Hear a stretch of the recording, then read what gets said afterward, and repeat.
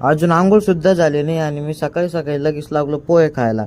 तर रामकृष्ण हरी मंडळी, कशा आहात तुम्ही? मजेत का? मी सुद्धा अगदी मजेमध्ये. आपण चॅलेंज गेले 50 दिवसासाठी डेली ब्लॉग बनवत.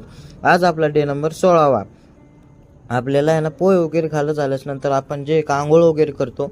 आंघोळ वगैरे झाल्यास नंतर आहे का आपण काल जो चष्मा बनवा टाकेला होता ना, तो चष्मा येण्यासाठी आपण एका चष्म्याच्या दुकानावरती येतो आणि इथून आपण एका आपला चष्मा वगैरे घेतो आणि चष्म्याच्या अगोदरचा आपला जो लुक होता ना तो असा होता आणि इथून पुढे जो लुक राहणार आहे तो असा राहणार आहे. नक्की बघून घ्या बरं का.